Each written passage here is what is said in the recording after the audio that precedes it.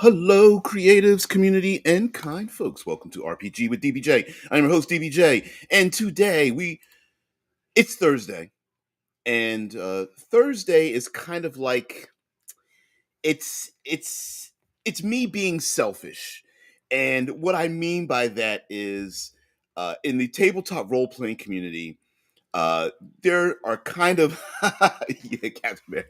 There are kind of different aspects of role playing that are I really hold dear to my heart. Now, of course, Future Friday, I love science fiction, like modern gaming. I love superhero games. I love near future, like cyberpunk and far future, all that kind of stuff. Transhumanism, posthumanism, and all that. But Thursdays are about exploration, and I feel like always deserves much more credit. For those of you guys who are like the co-host regulars here, you already know this. But I just want to tell people who are new to gaming or new to find this channel that the the sheer number of videos and the hours and hours of videos dedicated to exploration, it behooves you not to take a look and compare and contrast, or heck, share this playlist to other people, because I really love exploration. Now, the reason why I talk about this is because I'm going to express a different type of milestone leveling up that hey Mike, everybody, Wayne, the End King. Thank you guys for being here. I am you know what I'm gonna do?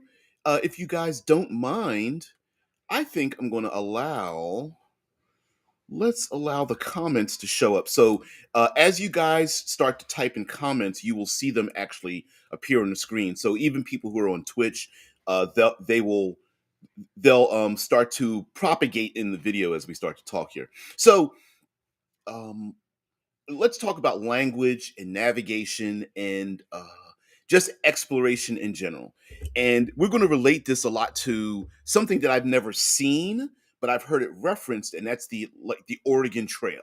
So it's we often associate the new style of leveling up with milestone levels, meaning like when we adventure, this is not OSR or anything, but this is like, hey, you defeated the king, that means you gain a level, right? That's milestone leveling. You've gotten to a certain point. Sometimes the milestone is really after 3 sessions. Hey guys, we went 3 sessions deep on this, 3 hours a piece, that's 9 hours. You know what, let's level up. But what if the milestone was multiple? We've seen, in those of us of a certain age have seen adventures where, within the adventure, it's not about the experience points, but it's about, if you accomplish a number of these events, then you get an achievement of some sort. Usually in role playing games, it's levels. These could be points. In a lot of newer games that are not Dungeons and Dragons, you gain so many points to allow you to spend on your character to level up. And with languages, as we were talking about yesterday, with languages comes languages blend with everything else. It blends with, making allies, even enemies, by inadvertently offending people. In Dungeons and Dragons, in the OSR, they related languages to magic. Like if you were to speak, the language of lawful evil or chaotic evil or something, it has actual power to it. It might draw to you enemies that you never had before, or it might bring to you, just speaking such a language would affect you, like the movie Arrival, where it even changes your brain chemistry and whatnot to even speak who you are and what and the things that you're about. But what if you were navigating a world, and by navigating this world, you were able to um, uh, go through distant lands, unknown locations, make allies, and as you travel from one place to another in unknown lands, you learn things, and that is what gets your milestones. Who you deal with, the individuals, the I don't know. I need to come up with something like the cloaks that you got previously allow you to then parlay with a new group, you know, so many miles or kilometers up the river, who then give you food, and that food you then trade with another group that you move along, and it's like this puzzle piece of traveling from A to B, or even just navigating, doing a hex crawl, just doing traveling through a narrator's sandbox, that you start to assemble these things together, and it's like, ooh, they came up with a creative idea to talk with that, you know, going back to what Z had mentioned the other day about, hey, I have a language that deals with color. Maybe someone comes up with a language that is just nothing but sense, um, the scent of things like oranges and cantaloupes, or potpourri and honeydew, or whatever, baked pecan pie, or what have you. And it could be all those things put together. And what what I think would be really great about that is, just imagine writing down on, even on your character sheet, this this growing list of finding new things in the world, and those things add up to like numerical benefits. So that's where I think I'm going. That's my thesis for today, and then we could talk about it this way.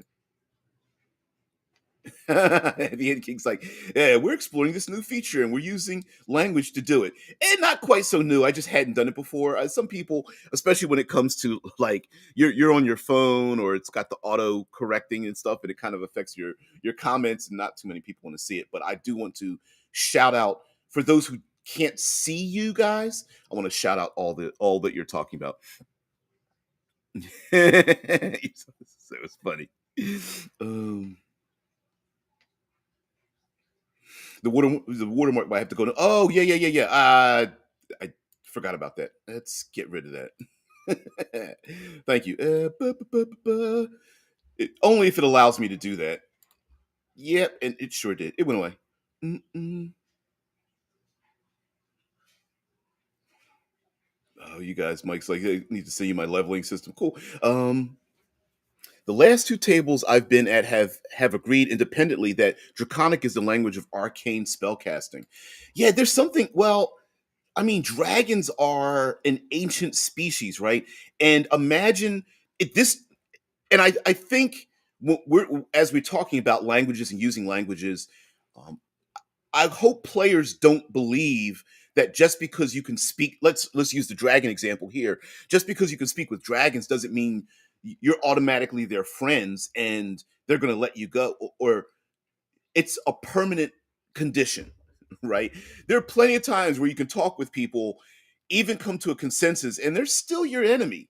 Um, in World War I, in trench warfare during Christmas time, you know, the Allies were against the Axis powers, and literally people, young folks who were trained in war, who were shooting at each other across the no man's land, got out of their trenches and had Christmas together, and they still shot at each other, right? Like so speaking to a dragon might allow you to gain some more insight as to maybe why the dragon is being evil and dominant as they want to be, or what their agenda is, or maybe the dragon is just like, man, I just love having these conversations, but you're still lesser folk, so I'll give you a month and a day, and then we'll have this talk again, but under different circumstances, right? Like that's a possibility as well. Or maybe the dragon really isn't the most evil of evils, or the player characters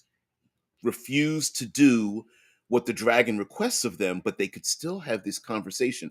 How many times have we seen the classic big bad evil guy start speaking about their evil plans uh, in the face of the heroes, to let them know their evil plans before it even happens? We've seen it. And they do the face plant, like, oh, you caught me monologuing. I can't believe this, right?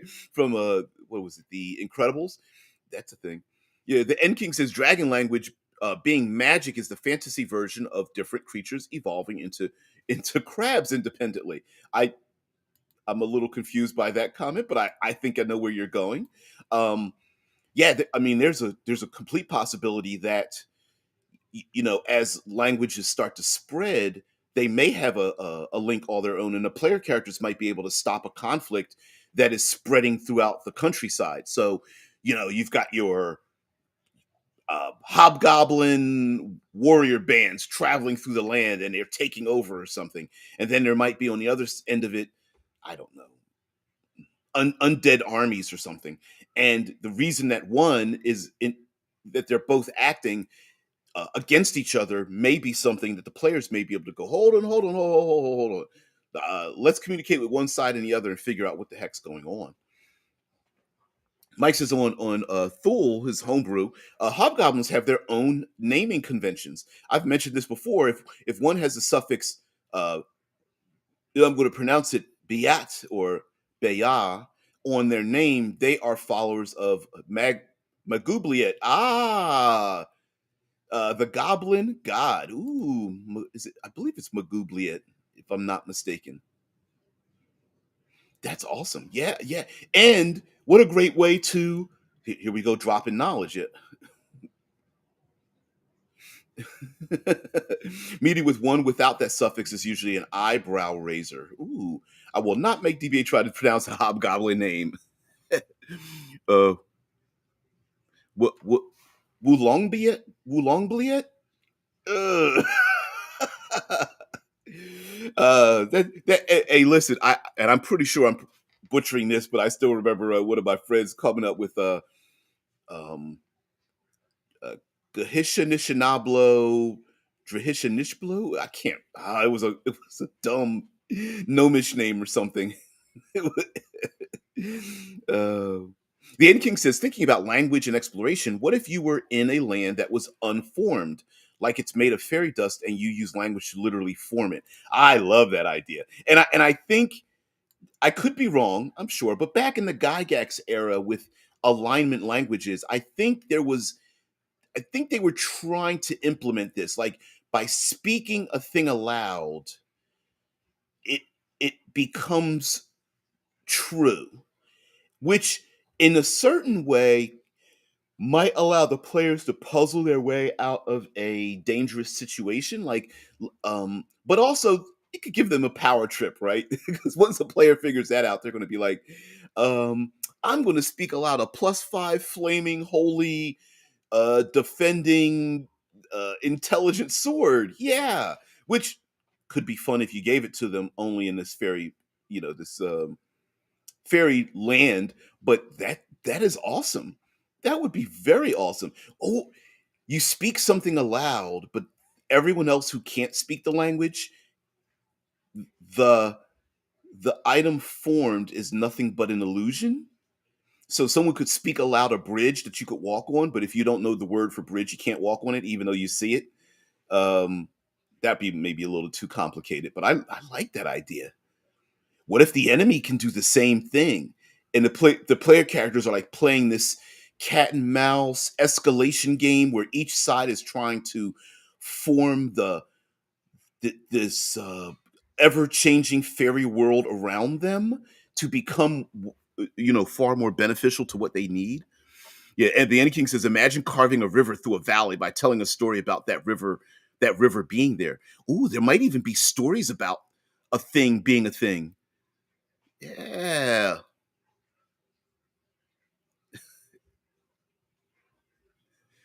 I don't TA, not sure what you mean. But it is kind of cool. Like, yeah, there maybe the players need to collect a series of stories amongst a land where information is spread by song and dance and storytelling around the campfire. And oh, hey, good morning to you too.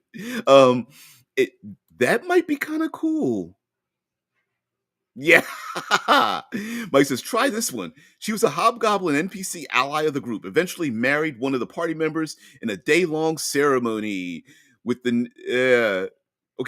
Before I pronounce the name, so I can hear DBJ's tongue cramping from here. All right, I'm going to go with uh, Tahaj Huangbiet. Tai Tiahai Tiajahabliet. Oh, nope, can't do it. Can't do it. I think I'm going to give myself a cramp, like his head. Oh man. Ta says, except it had to be rhyming poetry to make spells that create things, and the guy sucked into the world was a poet or some such. If I recall, I don't remember that. Sounds like Her Majesty's wizard. I don't remember that story, uh,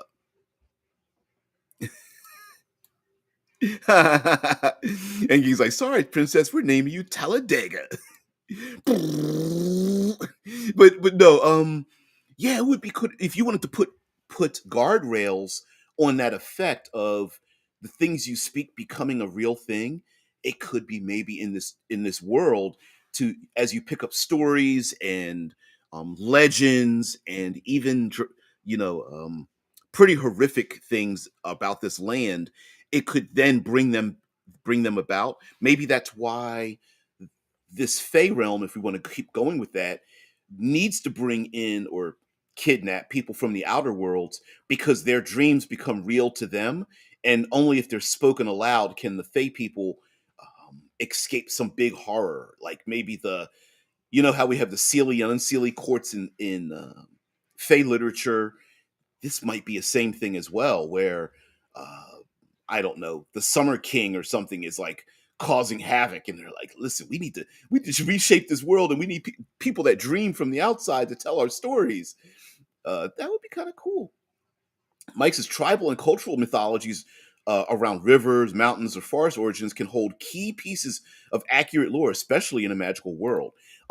Yeah, I mean, listen, I'm always talking about turning things up to 11, and this is a great opportunity to do that because as the player characters assemble these stories and shape the world, they we don't normally hear about and seem to encourage this idea of going back to where we came from. Meaning, like, we hear stories of players going into the dark mountain to slay the king, but we often don't hear about them going back to those same mountains to do another thing. And the players might be doing a spiral action, especially in a hex crawl sandboxy kind of world where they are both exploring but still coming back to, say, maybe a community that they have to take care of, or a home base of some sort, or an encampment or whatever. And because the players can speak aloud a thing like the trees and the river and the valley and the mountains or something, they could be pretty horrible and dangerous to navigate around. And what a great way to recontextualize like traps and puzzles and other dangers. A real cheat is like use spells as natural hazards. Use the actual spells that represent natural hazards to be a natural hazard in the first place. And but instead of using being able to like anti-magic or dispel magic or counterspell, you gain these, I'm going to call them keys. So these stories and bits of language are the keys to navigate around very dangerous things. Maybe go up into those mountains, it's constant landslides and avalanches and high winds and storms and blasting cold, but the stories allow them to navigate from one to the other. And they might even be temporary even. No, that you're not allowed to put in. Yeah, YouTube puts a hard. I can't allow you to put in uh, links. Now, if you put in a Discord server, uh, I might be able to do that. That's something I haven't done. Let me see if I could. Let's see if I can go um, share my audio to the Discord, and let's see. As I used to be able to do that, and I stopped doing it for fear of. Let's go to the boiler room. Boiler room voice. Testing, testing. One, two, three. Yeah, yeah, yeah. I hear it. Okay. Yep. I'm in the. All right. So I've got the Discord server up. For those of you who enjoy, those of you who enjoy or prefer using Discord, you can actually turn on the audio in the Discord, and then you can hear that as well. Um, but I want to show you guys something here, and let me close the chat out for just a moment. Here we go. For those of you who are thinking of this Oregon Trail style concept that we're talking about, um, rest assured that this already exists in a role playing game called the UVG, or the Ultraviolet Grasslands. And in the UVG, um, the book itself is designed like an Oregon Trail. As you page through it, each one page or two-page spread goes to a different part of this world as you travel from one end of the gaming map to the other, and the player characters can choose along the way to go back and forth to different lands. They can trade, they can make friends and enemies along the way. The artwork by the individual who created this game is very much it's very much Mobius related. It's so cool. Um, and of course, Ultraviolet Grasslands do a lot of like strange colors and things. It's kind of cool. Saffron Satrops, I remember is one name. I can't remember all the other names that they use in there. The Lime Nomads or Lime Landed Nomads or something like that. It's pretty cool. But anyway, again, and here we go, right here as I'm circling in the middle, the Ultraviolet Grasslands in the Black City. This is an um, if you go to Questing Beast, he did a review of it. Some people didn't like it, but I like the idea of mixing a role playing game with an adventure, and limitations on one mean there's another one. So yeah, absolutely, it's a very very good game. Anyway, I want to share the UVG with you guys. Just to let me leave this down in the corner. All right, Mike's like, quote, "This forest was born in fire." Might confuse a party, but may be an accurate description of how it rose from the ashes of a volcanic eruption centuries ago, which might allow them to gain access to everything from a village to a lost temple or something in that forest, which they wouldn't be able to find because all they see is, a dead world in a place covered in ash and broken land or something, which would be kind of cool. It's in the general channel. Oh, okay, okay, okay, okay. In the Discord. Sorry. If you go down to the very bottom of the Discord, that's where the verbal channel is. And we go to general. Her Majesty's Wizard. I got it. I got it. Okay. Let's see if we can copy. No, I'm going to have to just go there. Let's share this instead. Sorry about that. There we go. There we go. You have died not of dysentery, but ultraviolet overexposure, which leaves you a burnt to a crisp corpse. Ouch. Ouch. Which might be like, if navigating in a world that's pretty dangerous, maybe these stories are more than just clues. They might actually be safety. One or more of the player characters might need to even hold on to these stories that could shape and change, not only the land around them, but maybe even character advancement, which would be kind of cool. Looks a bit like a tiny bit like Fantastic Planet. Oh, the on Ultraviolet Grasslands. I would say, yeah, yeah, I would say yes. Mm-mm.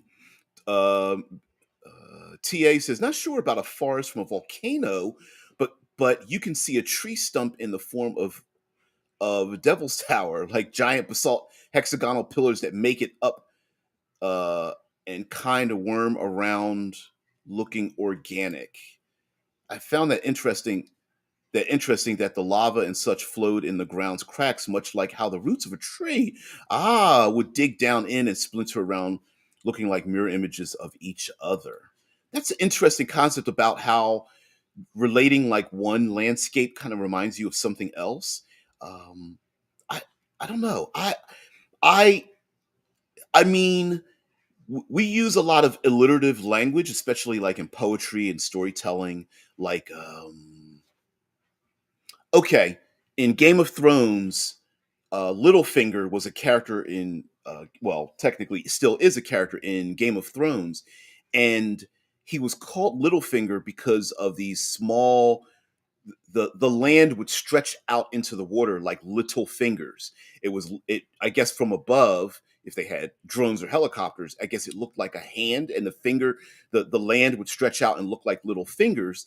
And maybe there is a correlation between the alliterative wording and the metaphors and similes that people use to describe the land, and it actually has, like, what if the land that looked like a hand was a real hand that could move and grasp and like make a fist, but people lived on it or lived around it or something? Would be pretty interesting. Like if someone said, I don't know, the Dwarven Kings of the Five Kings Mountains was just like, you know, back in the ancient past, the mountains were not formed. They walked here on their own accord and settled down. Five of them traveling across the land to settle here and make our way, whatever, right? And then what if the player characters um bring that story to life again, bringing the mountains alive and like taking them with them or something like that? I think that was like in the first or second generation of the God of War video game series, where Kratos had to go into a dungeon that was carried on the back of Atlas, I believe, something like that, or had to jump on top of a giant that titan that was walking or whatever. That'd be kind of cool. The End King says there was a video of natives in rainforest being shown Arctic landscapes, and it really looked like an ocean to them. Ooh, ooh, or combining different words brings about different ways to navigate the land. So if you learn the word ocean from the people, or let's go with the Fae, if you learn the word ocean and combine it with the landscape, forests, mountains, jungle, rainforest, or something, then the two combine together. So maybe you could take a small sailing craft and take it on the ocean of forests or ocean of mountains or the ocean of the desert and combine the two together, and that would be a way to navigate like a hex crawl or something. That'd be, it sounds complicated, but that'd be kind of cool. What would a volcanic desert look like? Would a volcano just erupt out of the desert, or would like, or volcanic rainforest, would the volcano be shaped of trees and it would sprout out what we would consider lava flows, but the lava flows would be made of like nectar and flowers or something. I don't know, but it'd be kind of cool. Mm-mm-mm. They're about to find the land of the lost. I remember the song with the slee stacks and all that falling to the center of the earth. Some of us watched that show in real time. The Land of the Lost. Got to look it up. As a matter of fact, maybe I will look it up. Let's see.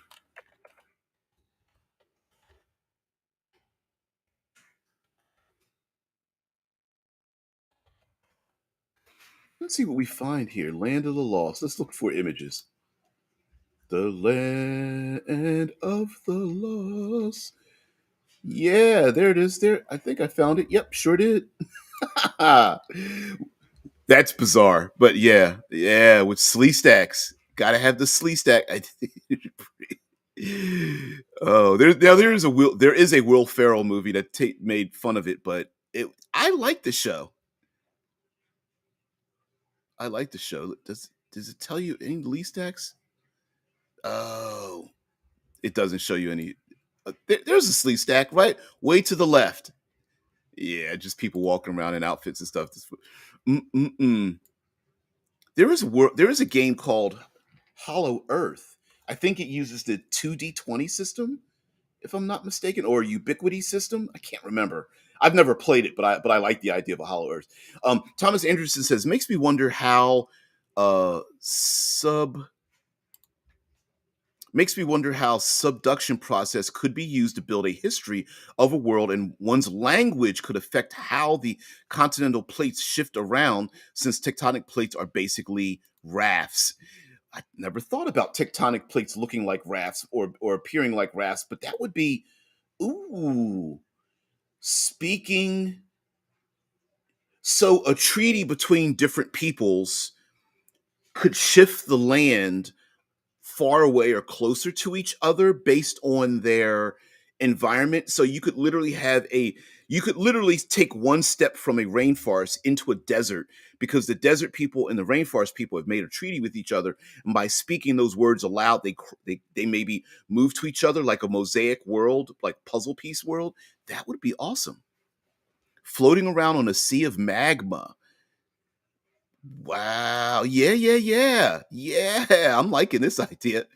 TA says could tie into my idea of a planet's crust being actually a living organic structure that is silicone based rather than carbon, so that tiny life like us walk over it unaware it's alive.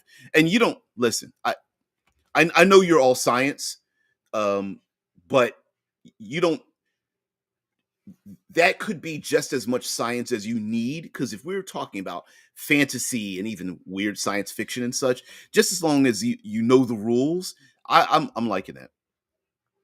And bottoms out as Impossible is responsible for making a carbon version of itself in us in an attempt to make a creature that could launch from the world.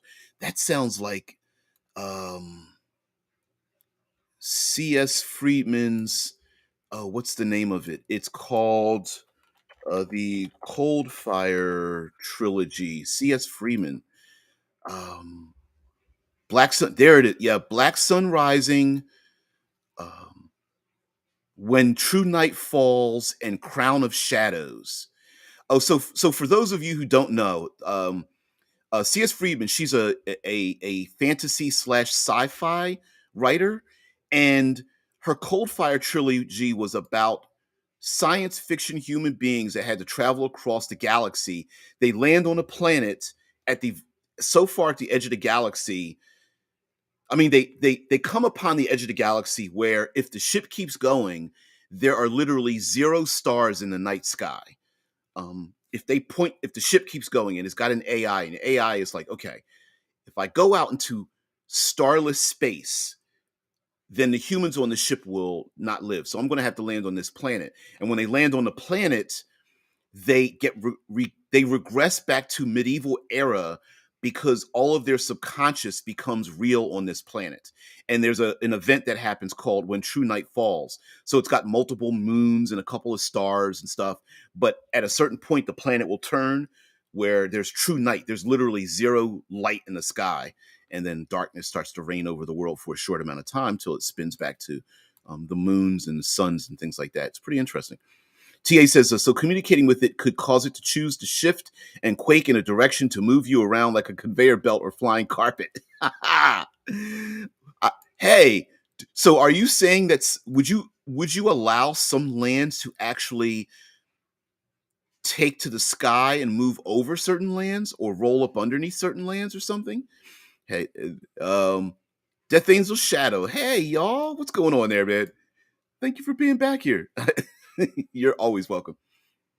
It says, of course, being a comic fan, I look at Land of the Lost and see the Savage Lands.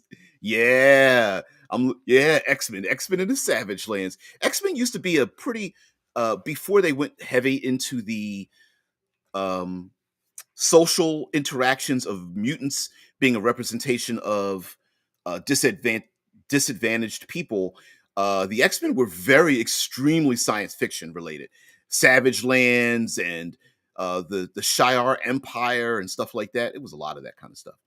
So Death Angel Shadow says, interesting concept you touched on with linguistics differences. Doctor Who touched on that with Amelia Pond's daughter, River Song. They had no words for pond or melody.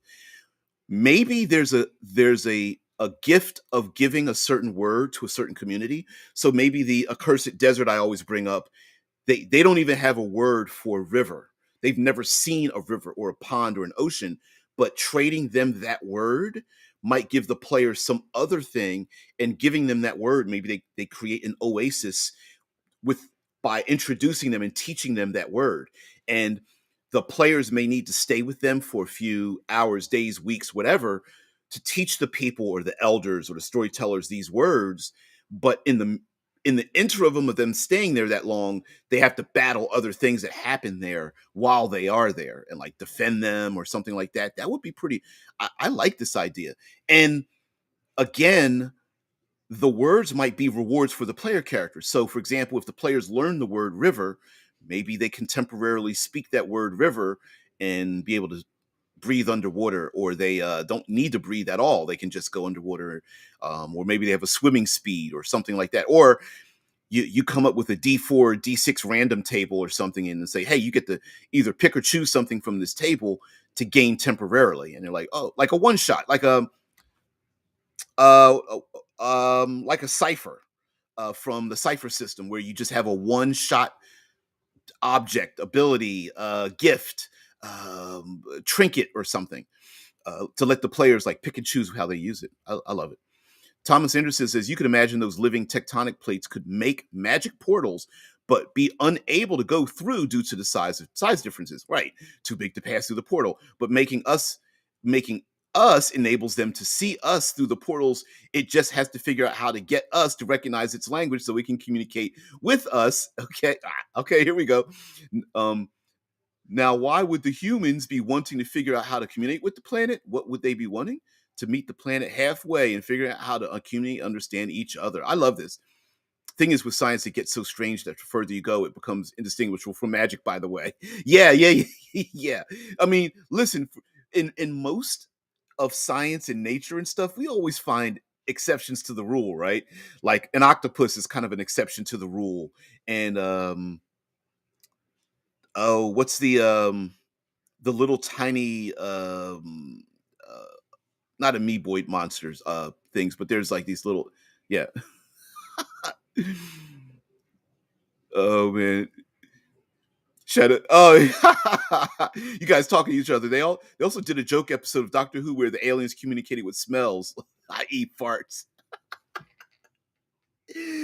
Oh, the players need to eat something that kind of doesn't agree with them to communicate with a certain I don't know, ooze creatures or some kind of aberrant monster or something, or like myconids or something with the fungus people, and the fungus people are like having fun, like yeah, because the PCs are like like ripping one. That'd be kind of cool. Yeah, I'm liking that. It's kind of hilarious. All right, so um we also know that language, going back to the OSR, about languages were supposed to have some kind of like arcane meaning as well, that at once learning a language might also make you a target of a language. Like one of the difficulties in navigating in the world of Vampire the Masquerade, if you guys ever remember that, is the idea that yeah, Marco's like, yeah, we exclusively communicate through fart sounds here. Exclusively? Uh, you guys hang out with the broccoli farts and we hang out with the bean farts. We got stale egg farts, we got spoiled milk farts. But so um this could also, like, let's say someone learns the language of infernal, the infernal creatures and beings might take it a little bit like personal that this mortal being who somehow learned their infernal language isn't on their side, right? It's like, hey, look, we don't respect anybody else but you because you know infernal, and we're going to have a conversation. And the PC might be like, listen, I'm not on your side, and the infernals like might be saying like, I think you might want to change your tune on that, kind of like a mobster. It's like it sometimes the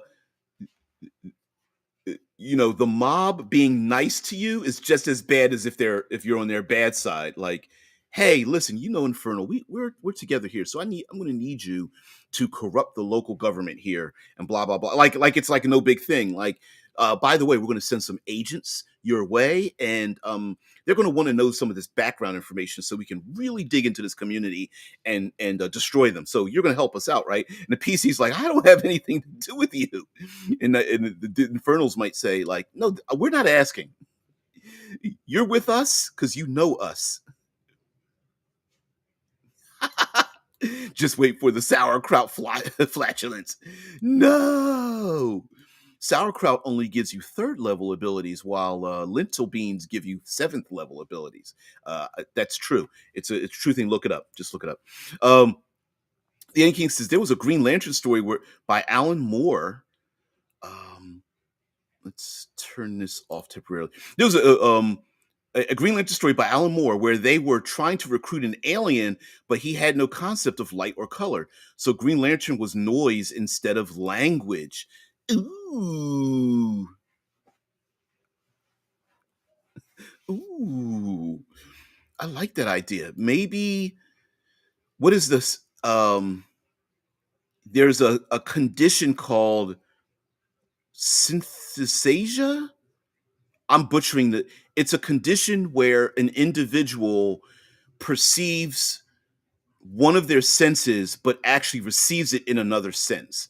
Like they can hear color, and what they see noises or something. It's like, oh, I don't know the name of it. I know you guys know.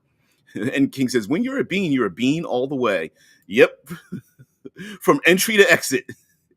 J- There it is. Yeah, there it is. Synesthesia. I think I don't know how to pronounce, but yeah, it's the idea.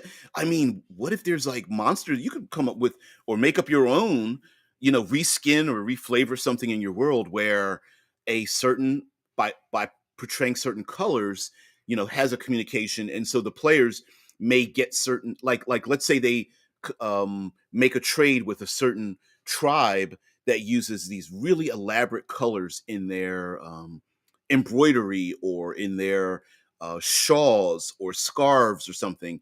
And by using those and portraying them in front of another creature, they have each color and variation of that hue means a certain thing to them. And it would be pretty cool. Like the PCs are like, why do they? We're trying to communicate with them, and they just won't listen. And it's like, oh, that's right, because yeah, you see sounds and hear colors. Yep, yep, yep, yep, yep, yep. TA says people who have that condition can honestly say, "Sorry, I was not looking, so I did not hear you." Yes. How many times? Listen, um, and sometimes we actually sometimes do this unconsciously, right? Like, have you ever had to turn down the radio in your car because you're looking at something, right? Or turn down mute your television because you're seeing, like, I've done that before unconsciously. And like, why did I turn that down? It didn't have anything to do with what I was looking at. But I've done that. Like I've been reading a book and turned it now, mind you, it could be that I am getting conflicting messages in my head, but I've done that. You Tom Sanders says, how would a fourth dimensional being that looks down on all of the third dimensions, like us looking on a picture on a sheet of paper, and if you put your hand on it, each finger is seen as a whole organism to them, even though it's just the fingers of that creature. Yes, there is a oh, I don't know the name of the book. There's a book that describes a protagonist in a third dimension world having interactions with a two-dimensional species, and is literally looking like down at like a sheet of paper, as the species are like circles and squares and such, and they eventually stick their finger into the two-dimensional world, and it looks to them like they are a growing circle instead of being able to look at their body. And then the three-dimensional individual ends up communicating with a fourth dimensional person, and the third dimensional person sees something instantly appear in their world and describes it like, no, I'm looking at you from the outside and I'm just sticking my finger into your world. Yeah, Death Angel says some theorize dogs see smells. That's another reason how, like, when pets learn your scent, and that they see something in their head when they smell it, that becomes like your identifier. Like, oh, whenever I smell this person and their scent, they get an image in their head. Maybe it's a pleasant image or something like that. They're like, oh yeah, I like this person because they remind me of this thing.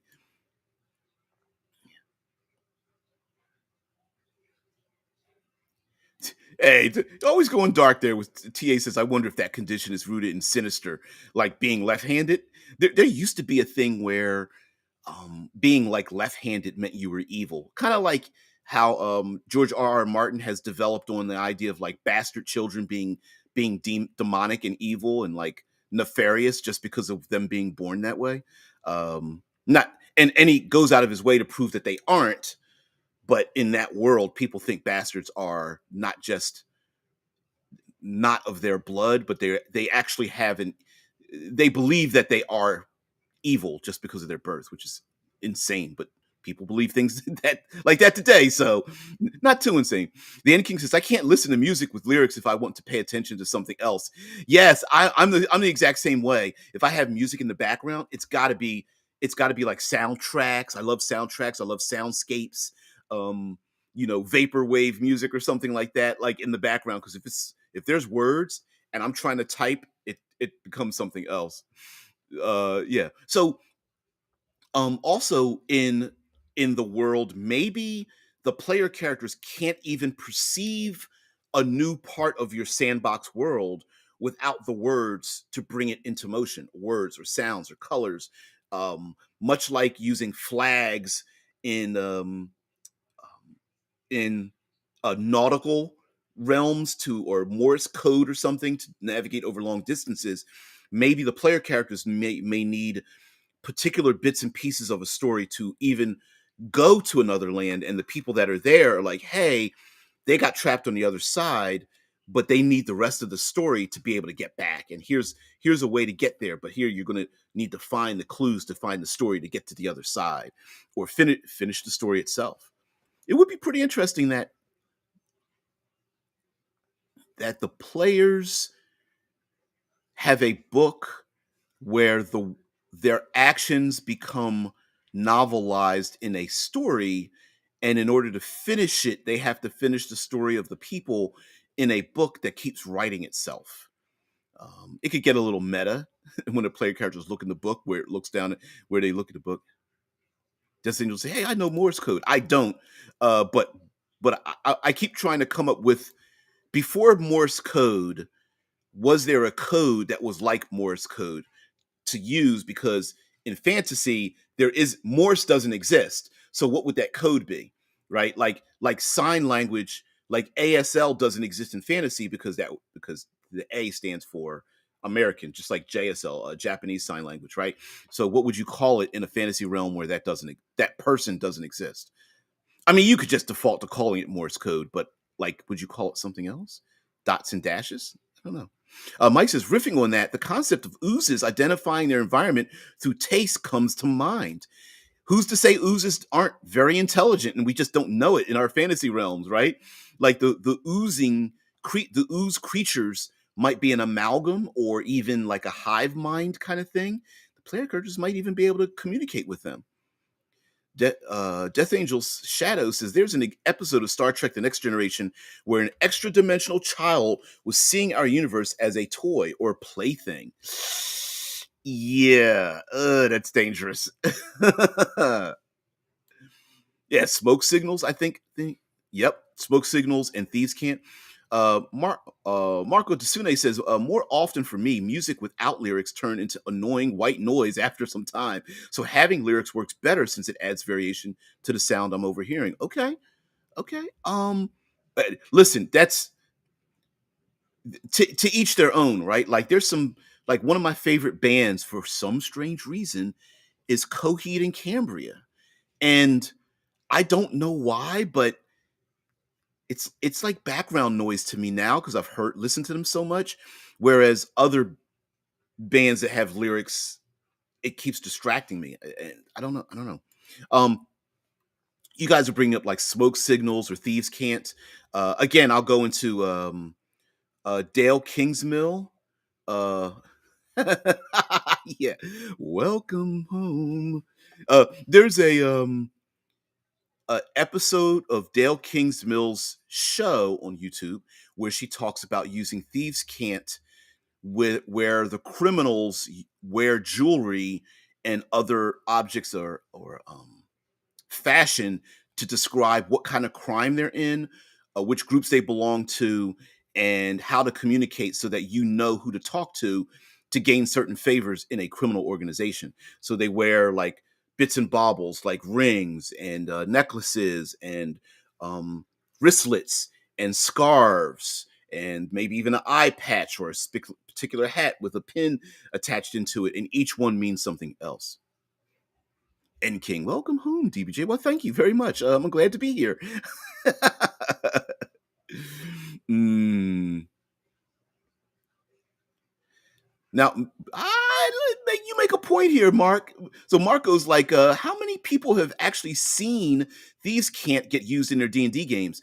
And this relates to, I was talking about using different languages, right? Going back to using smoke signals and sign language and Morse code that like I feel like languages are underserved in role-playing games. Like there's a lot of there's a lot of moving pieces in languages, but we don't get much result out of the back end of them.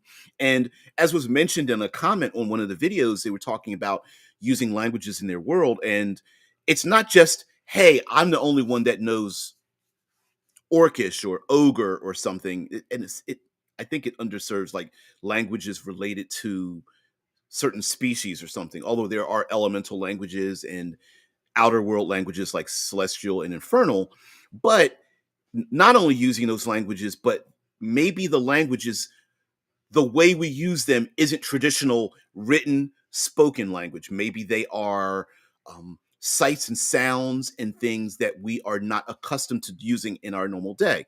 Like Morse code is not a language we normally use, but it is useful in its particular method, right? Um, Semaphore, the flag language that sailors use to communicate for long distances across seas, is a language, and it communicates maybe some basic information. Hey, help! Go to the north. We're okay. We've got a fire. We're being overrun and kidnapped or something, right? Like it could translate some of those kind of warnings and such. But people don't walk around with flags in their back pocket. And I think some of our languages that we see in our role playing games could be modified by region and modified by use. So people on a vast desert or a savanna are going to have a language maybe that allows them to communicate over long distances, like using smoke signals or the flight paths of birds or the sound of a bull roarer or something like that. Let's see if I can. Let's see, bull roar, bull roarer. So we come up with some images here, like here we go. Here's some images of a bull roarer, and oh, I thought they would be more expensive than that. How to make bull roarers? I believe they are um, Australian um, outback native peoples use these to um, use the bullroar to make sounds that people can hear from a far distance, right? And that's just one object. There's like horns and throat singing and different kinds of songs. It's semaphore, there it is, for the flags used in naval navigation. And we could take those and twist them around, right? Like you know just because semaphore is used in great oceans doesn't mean we can't use that in our accursed desert peoples that use these great banners and things, or drums or horns to communicate various types of languages, even painting of the skin, or the way someone wears their their clothing, maybe by knotting it or putting it over the head or wrapping it around the arm or something like that, could denote a particular type of communication with people.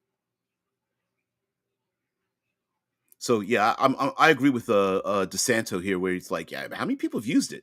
I don't think it's been used very often. Even the N King says thieves can't in the Druid language. I always think that these are cool, but I've never seen them used. And how cool would it be that there are certain even um, adversaries in your world that only communicate that way? Like, what if shadows and chokers. I'm thinking of something. I'm thinking of a city of shadows of like thieves and assassins. So what if the monsters like the shadows, shadow demons, chokers, cloakers.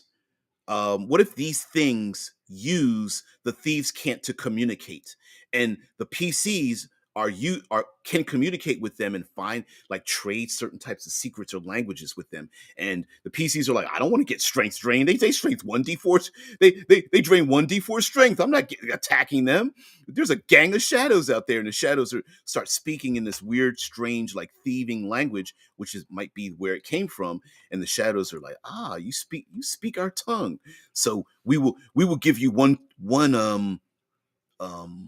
turn of the sun as the sun rises for you to tell us what you know, and we will trade you a secret. But when the sun sets, sorry, I don't have a sneeze button. Wow, it'd be kind of cool. This angel says thieves would have sign language as well as a written code of symbols that seemed innocuous to everyday folks. Yeah, I brought up graffiti.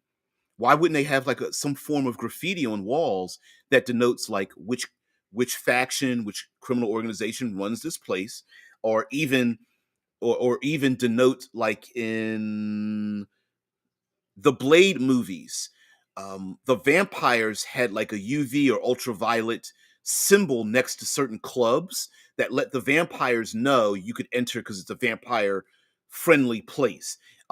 There might be like a tavern or an inn, and if you know what's written or subtly written on the door frame or something, that there's a certain word you say to get entry into the back where there's the casino and all that kind of, like that could be a thing when the thieves can't, a certain way to knock or a certain code. We've seen this in spy movies.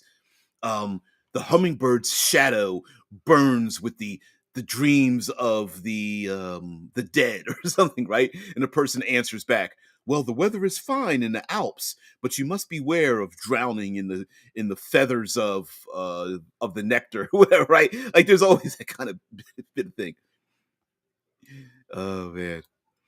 Now Mike says I've seen Thieves Camp, but that was post Ocean's 11. Ooh, yeah. Look, we can't run a pink elephant on two legs. We lack a baby bundle and two red dots. Yeah, exactly right. Like in Ocean's 11, they communicated with each other. It's we go back to the Star Trek episode, like Damak and Jahadni and Nahagra. I can't remember what the word was, but it's like using it's a phrase that goes back to a metaphor of a real thing that happened that they're that talks about their thieving ways. Like, hey, we're going to do a two-headed lion, right? And they all know what a two-headed lion is, and everyone's like scratching their head, like we're watching the movie, like what does that mean? Right? So yeah, like the pink elephant on two legs is a criminal action, and they know each other. But if someone overheard that, they don't know what you're talking about. Like, what? But that would be really cool for the players, like using thieves' cant as an example. Like there are certain criminal activities that if you say this means a thing, I'm going to make this a lot more obvious than it sounds.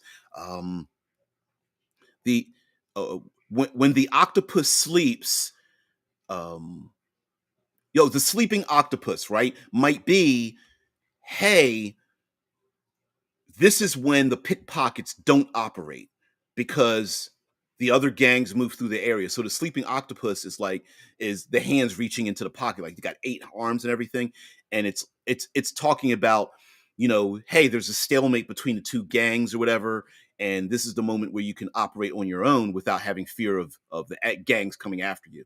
Um, and when a player character learns this in game, like this might be a reward that they get for navigating. This is the milestone feature, right? PC learns the sleeping octopus, and when they speak that aloud, they get a benefit from that. ETA says, "What are those longhorn things from Australia? I still want one." Mm-mm-mm. N King says, mind flayers have their own language. Imagine dream imagery being a word, like walking too slow down a hallway. Imagine that being a part of their alphabet. Oh, like putting different images. I bet it would be kind of nightmarish too. Putting different images together in a, like our language, we put letters in a series to mean something, and certain nightmarish or dream like concepts being placed together or overlapping each other might be a thing. I could see that. I like that. The ones that make more of a vibrating noise than what a horn makes. Didgeridoo? I've heard of didgeridoo. I've never seen anyone spell out didgeridoo, but I've heard it plenty of times. um, like a who's a what's it or a thingamajig or I don't see those words spelled out too often. Oh man. Mike says there's a Sherlock Holmes story called The Dancing Men that uses a written code akin to thieves can't. I don't remember that, but yes, Sherlock Holmes there's a ton of Sherlock Holmes stories. Yeah, Death Angel says, I mean, in Faerun, the Harpers have their own code too. Yeah, Marco's like, yeah, all these are cool ideas. Yep, yep, yep. Yeah, to steal them.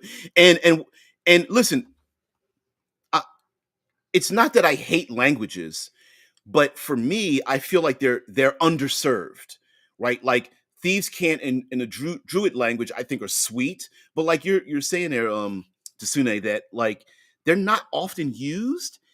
And I feel like let's go away from thieves cant to the druid language. Like, how cool would it be for the PCs to communicate with elementals by using the druid language or using the druid language, and all of a sudden wild animals like perk up and they're just like, what? And you know, deer and rabbits are like, hello? And the PC starts talking the druid language, and the small animals actually start like, well, what are you speaking?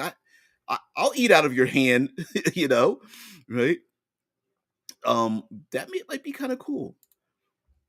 Hey, who knows? Maybe the rabbits run off and tell the druids that you're speaking the druidic language, and they come over and they think of you as friends. Just they want to parlay simply because you're speaking their language rather than sending the living trees to kill you, right? TA says hackers go around and spray paint symbols where they find open routers to get online and use. Exactly, right? Heck, even in what what's the name of the language online where you use different symbols to represent different letters of the alphabet? And it's like a unofficial hacker language. What's the name of that one? I can barely read it. I'm so old. There, Mike says there's also a Star Trek, The Next Generation show we all quote. I think it was called Medusa's Children. Yeah, Shaka, when the walls fell, they spoke in metaphor. Yes, yes. Yeah, we mentioned it yesterday. Damak and Jaha in the Nagra, something like that. Yes. I don't even know how to look it up. Mm-mm-mm. Yeah, Des Angel says TNG explored a lot of things. I'm all about the Ferengi rules of acquisition. Yeah, greedy, greedy. Exploitation begins at home. Now the song "Dream Warriors" is running through my head. Um, the Man Who Sold the World always makes me think about like language and dreaming and things like that. Let's see if I could bring up. Let's see. Uh, lyrics to the Man Who Sold the World. Let's see if we could find the lyrics.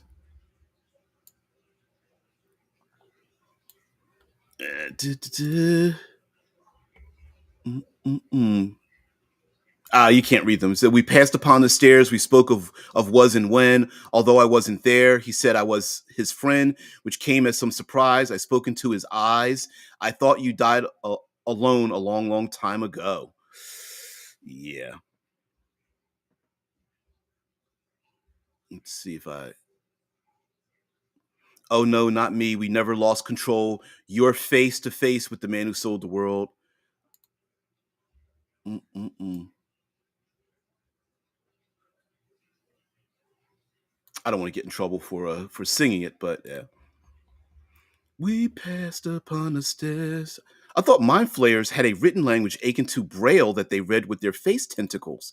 Ooh, ooh. What if you had a dungeon with braille knobs that you could put in, you could press in, and as you pressed the nubs in, it meant certain words that would open and close, create and block certain dangers in a dungeon. And if you knew that braille style language, you could navigate through some dangers. Maybe you might have to create one danger to avoid another danger, and kind of Zelda-ish your way through a dungeon. That would be pretty interesting. Mark says, "Is speak with animals just a Druidic translator then? Maybe. Maybe. Now, maybe speaking Druidic doesn't necessarily make you a friend, but it does allow you to communicate, kind of, right?" And now they hold humanity responsible for this freak existing and harassing them. Yeah, yeah, yeah, yeah, yeah. Yep. Oh man. A culture where all information must be sung because only liars talk. I gotta try that one. Ooh. Ooh. Oh, and Mike found it. Found it. Yeah. Um. Yes. Maybe there are only special. What's the way to say this? Maybe a language is only spoken by specific people in a specific manner to get across an ideal. Like maybe there are, I'm going to call them masked speakers, or they carry a rod with them and they wear like a blank mask and they speak. Or we talked about this, the double entendre, where we're speaking regular words, but we really mean something else. And I don't mean just a metaphor. I'm talking like we're having we've seen this happen in political intrigue, um, pop culture, where two individuals are speaking, usually at a dinner party, well dressed, drinking champagne, and they're talking in friendly terms, but we know there's nothing but threats being thrown back and forth at each other. And yeah, Mike says, Damak and Jalad at Tanagra. Yeah, yeah, that's it. And not Riker. Picard is like, what? I don't understand.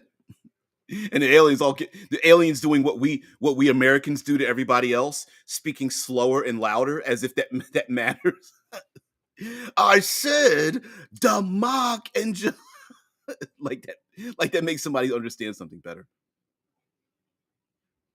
The Andy King says, "Yeah, that Braille dungeon is tailor made for Daredevil. I like it. Yeah, like you go to a door, and the door has like a 9 point. I'm coming up the top of my head. It's got a 9 point nub system, and if you press the certain nubs in, I press number one and one, three, four, and five, boom, boom, boom, boom, and wait, and all of a sudden the door opens, and depending on which it closes behind like the character, and then when if somebody else presses a different code, it opens up. They're in a different room, or like the dungeon is layered on top of each other. So let's use something classic, the four elements. So there's a code for earth, air, fire, and water.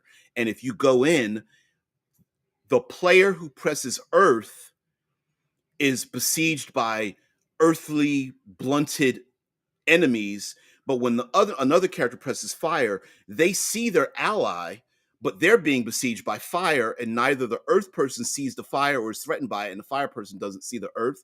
It's like shadowy. So it's real for one, but like more like an image for somebody else. That would be kind of different. Dead Man says the mind flayers possess a written script, Qualith, which has no spoken form. It consists of raised dashes and spaces and is read by touch. Yeah, yeah, yeah. Maybe there's certain languages in your world that are only operate in a certain way. Like we don't have conversations about Latin, but we do understand that Latin has universal prefixes and suffixes and meanings, so that legalese and the people that are in the medical field and legal field understand what those words mean across a wide scope, right? So if someone says quid pro quo, they know what a quid pro quo, or what's another one? Ad hoc ergo propter hoc, I think is another one.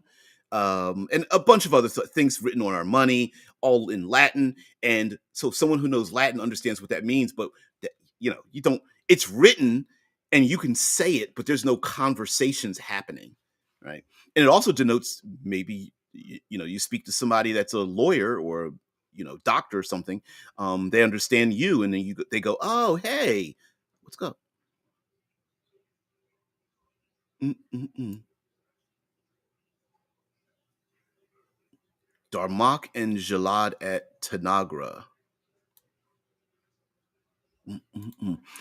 The Last Samurai addressed cultural expectations of language with regards to translation. Politeness and honesty weren't exactly the same. The translator got into trouble for accurate translation. So now, quote, so now I accurately translate each other's lies. Ooh, something like that exists in, is it, um, is it the Five Rings? Is that the role playing game? Five Rings RPG. Let's look this up. Yeah, in the Five Rings RPG, it has a lot to do with it. It when you speak to other people, you have certain skills to allow you to speak openly about things you shouldn't be able to speak to. I know there's a way. Oh, I can't remember the mechanic. It's like if you earn certain points, you may accidentally speak in a manner that is not appropriate to speaking to people in higher stations and lower stations. And so yeah, there may be, like I mentioned before, like Elven might be a very high class language. And if you can't speak Elven, everybody knows you don't belong here. You don't belong in speaking. It's like speaking in foul street language in a very high class setting today, right? Even though your lowly drug dealer, it isn't nearly as bad as somebody who's like embezzling hundreds of millions of dollars of, you know, your Bernie Madoffs of the world, right? But the Bernie Madoff can navigate in the richest places in the world because he speaks the language. He walks the walk, talks the talk, right? And as nasty as that sounds, that's a true thing. If you can walk the walk, people let you get away with a hell of a lot of things. I'm looking at you, Dead Epstein, and your child rape, right? Like people, you know, Klaatu Verata Niktu. I can't remember where that's from. You gotta let me know. All right. Um, I had Qualith written on clay jars for the PCs to find. The sealed jars contained intellect devourers and stasis. Once the seal's broken, they attack, kind of like alien eggs. I love that.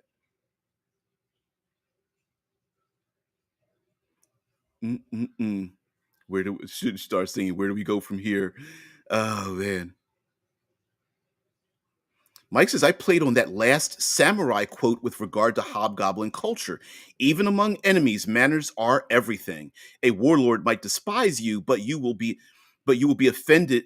I'm sorry, but you will be offered a drink and seat in discussions. Exactly.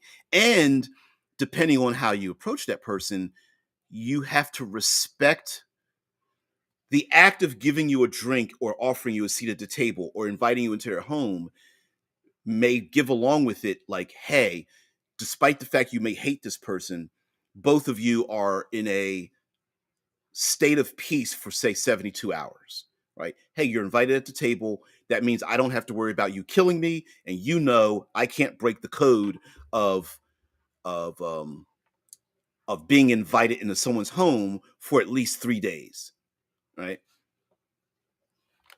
Evil Dead. It was the key phrase to activate the Book of the Dead. Yeah. Oh, that's it. Yes.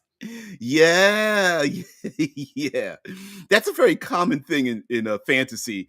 Like finding the Necronomicon, the Book of the Dead, whatever, the Book of Nod or whatever, and a certain phrase is used to maybe unlock it or open it or see the words, but which could help you solve a problem. But it also means you opened up a pretty dangerous damn book, and evil things are going to happen in and around you. Um, Marco says originated from the day the Earth stood still, but has been used in many other things as a reference since. Ooh, yeah. Yep, the data Earth. I forgot about that. Yeah, and I remember the original Day Earth Stood. I wasn't old enough to see it in its original form, but yeah, there's a Keanu Reeves version, and then there's a one previous to that, a black and white version. It was one of those warnings of society kind of thing. Yeah. I didn't know that. Yeah. Okay. Okay. George Lucas named some pig guards, Klaatu, Verata, and Nikto. Ah, that's funny. Funny, funny, funny. Okay, guys, we're coming to the end here. Got it going a little bit over, but that's all right. We do that here. I want to thank all of you for being part of the show. Yeah, Mike says in Tholish orc culture, true epic warriors are skinned. Here we go. Da-da-da.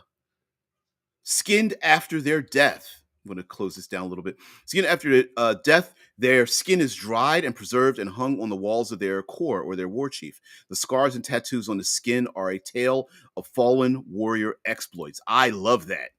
I love that. It reminds me of the Dune Fremen who spit on the floor as a sign of respect because it sounds pretty horrible. Like, why are there people? They took their skin off their bodies and hung them on the walls, but it's a sign of respect, and I love that. Evil Dead is an example of a language being perhaps a not good thing. Yeah, yeah. Oh, yeah. You're like, ugh, maybe you shouldn't speak that out loud, right? I love it. And what if I like the idea of like players bringing their own dangers towards them to bring about a thing. So let's say I'm just making this up. Not a blank wall, a solid wall, horrible things written on the wall, danger's going to come. But if the words are spoken, the horrors will become real, peel off the wall to allow an opening on the other side, and now the players need to fight past the thing that they created, speaking the words out loud, to then go through a portal on the other side to then speak the words maybe in reverse to close it off so the evil things don't attack them anymore. And the PCs may know this up front and go, we're third level. Do we want to go through yet? And you go, no, let's keep exploring the dungeon until we get to fifth level, and then we'll speak it aloud, right? So we're going to end it on this comment here where Death's Angel Shadow says, glad I could make it this time. Well, I'm glad I could be here. Again, honestly, I know I talk about Monster Monday and World Building Wednesday. We've got our level up 5th edition Tuesdays and stuff. But honestly, as you guys know, this is 99% an idea you can steal. I almost wish I had a different name for the show instead of RPG with DBJ, but it stuck, and I don't think changing it now. I've already branded myself, so no need to change it. But for those of you, if you're going to be here this long, I'm going to ask for a call to action. Please like, share, subscribe, give a thumbs up. Hell, give a thumbs down. Leave a comment. Do the doobly doos. You don't have to spend any money, but if you spread the word on the channel, I would really, really love it. The channel is growing in like little spurts here and there because as people find me. But just go on. Also, for those who don't know, I am part of a number of writing projects that have come up. For example, I'm part of the Cool Name Goes Here project as well. I'm a consultant and going to be a writer on that. I'm also part of a consulting team and writing for the PIP system and other things. So if you see DBJ out there in the sphere, that's me. Okay. So and other things. So guys, thank you so much for being part of the show. I really appreciate it. And I'm out. See you tomorrow.